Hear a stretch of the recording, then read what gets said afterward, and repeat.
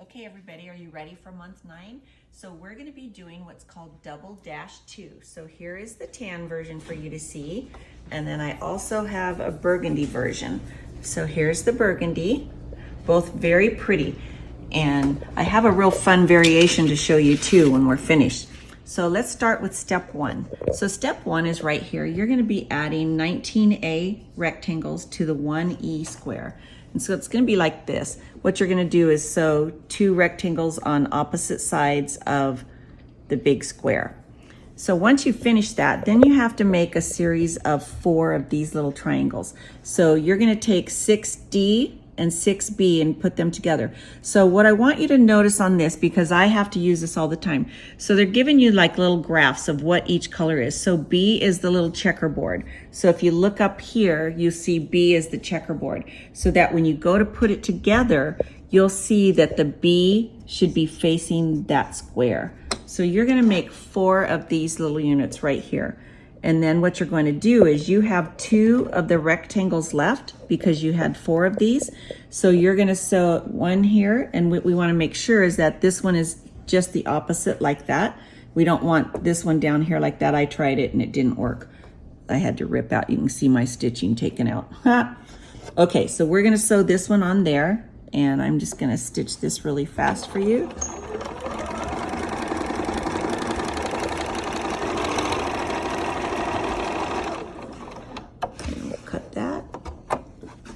Okay, so these I iron towards the rectangle like that, and this is gonna be like this. You're gonna make 2 of these units, and these units are going to attach to this. And so what I want you to notice is that this is our B fabric, has the little graph right here, and the B needs to be towards the square right there. But let's just try something. What if we did it this way and you put it like this instead? It doesn't matter. It's just going to change the effect of the square in the middle. But just make sure you do them both the same. So this one should sew on this way. So we're going to sew that. Do it like this. You can marry these seams right here. And you're going to end up with this really cute unit right here. And you're going to make 1 of these. Okay, let's move on to step 5. We're going to take 4 2E's and 2 C's. They're both triangles, and we're going to sew them together. So what we're going to do is lay this like this, and we're going to sew along the long line. And if you're confused with which piece to sew, always look at your picture, and you'll be able to tell a little bit. Okay, so this is going to go through here. I'm going to clip this one. And we're going to press this towards the darker fabric. So in this case, I would say it's this piece. So we're going to press it like this.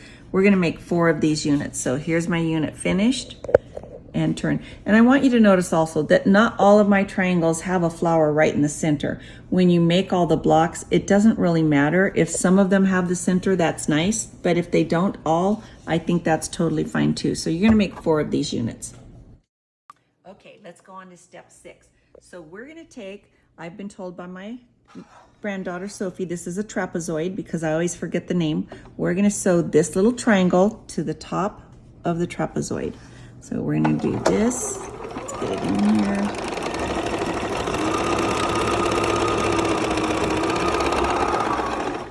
Okay, so I want to tell you something about this. The instructions, let's look at the page here, tell you to press towards the darker fabric. We're going to make 8 of these, but you can see my little signs here. I press 4 to 20B and 4 to 6D. The reason being, when you sew these together, I want you to be able to marry the seams. Otherwise, you have a big bulky and it's really hard matching them. So we're going to press 4 of them towards the small triangle and 4 of them towards the trapezoid. When we finish that, we're going to have this nice piece like this.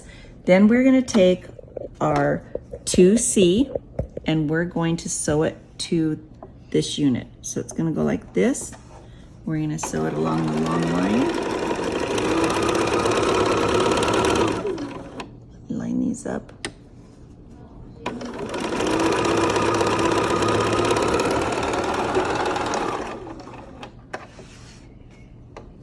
Okay, so now when we open this, what I want you to notice is, let me show you one that's finished. is that I have ironed the big triangle the same direction that I ironed the first one. This one, I ironed this piece down, so I ironed that piece down, because that's going to enable me when I sew these together to marry these seams. So I know you all know what was don't even have them together here, right? Okay, so this piece is going to go like this. And you can see this seam goes down, this seam goes up. And so I'm able to marry them and I don't have bulk. And the same with this seam down here. So what's going to happen is we are going to make 4 of these units. You're going to take the 2 sides, put them together like this, and you're going to sew down this seam and you will have 4 of these units. And let me see if I have a completed one. Kind of. Here's one right here. So you're going to sew them like that. And it tells you in the instructions that you might want to iron this seam open. I ironed it to one side. It's totally a choice of, you know, whatever you like to do. I'm not a big fan of ironing seams open. So I ironed to one side. There's really not a ton of bulk here, like you might think, but see how pretty when you marry them, how pretty those seams get? Okay, now you've made 4 of this unit like this. 2 of them right now we're gonna put on the square that we've already previously done. So I want you to notice that I have a seam here and a point for a triangle and a seam here and a point. We want to use our pins to make sure that that matches. And so these are some of the things that are important. So remember, I've shown you before, I don't have a crisscross to show me where my 1/4 inch is, so I'm gonna guesstimate and I'm gonna say it's right there. But I do have a point right there. So I'm gonna go right in where that is. When you go through to the other side, make sure that whichever direction you've ironed your seam, that it still stays that way. So we're gonna put this pin straight through like that, and then I'm gonna take 2 pins and I'm gonna go real close to that pin like this. 1, I'm gonna leave this pin in here. I'm gonna keep it like that. And then here's the second one. Now, because I don't know exactly where my 1/4 inch is, this pin I'm gonna keep there. So I'm gonna pull it out until it's just on the top fabric and I'm gonna stick it like that. So that when I sew, I'm gonna go straight along, follow this pin and go right there. And it should land exactly where that is. So you're gonna sew 2 of those. This is gonna open up and voila, it's gonna look like this. Okay, so we've used 2 of this unit. Now we have 2 left. And what we're gonna do is use these triangle units that we put together and we're going to add them to the 2 remaining. So I've already sewn one on here. This one is gonna go like this. And believe me, I tried it like this, it doesn't look good. I already made that mistake for you so that you don't have to do it. So that's gonna sew to this. We're gonna make 2 of this unit. It's gonna end up looking like this. And then this unit is going to sew to the remaining piece that we have, the big piece. Now you can see all my pins here. So I want you to know, I do a ton of pinning when I want points to match. So I did the little trick right here where I went through, I did the two pins and then I stuck it that way because that's where I need to stitch. Same with this piece right here where it matches. And then we have a 3rd one here and a 4th one. And if you take the time to do that, your points will look so pretty.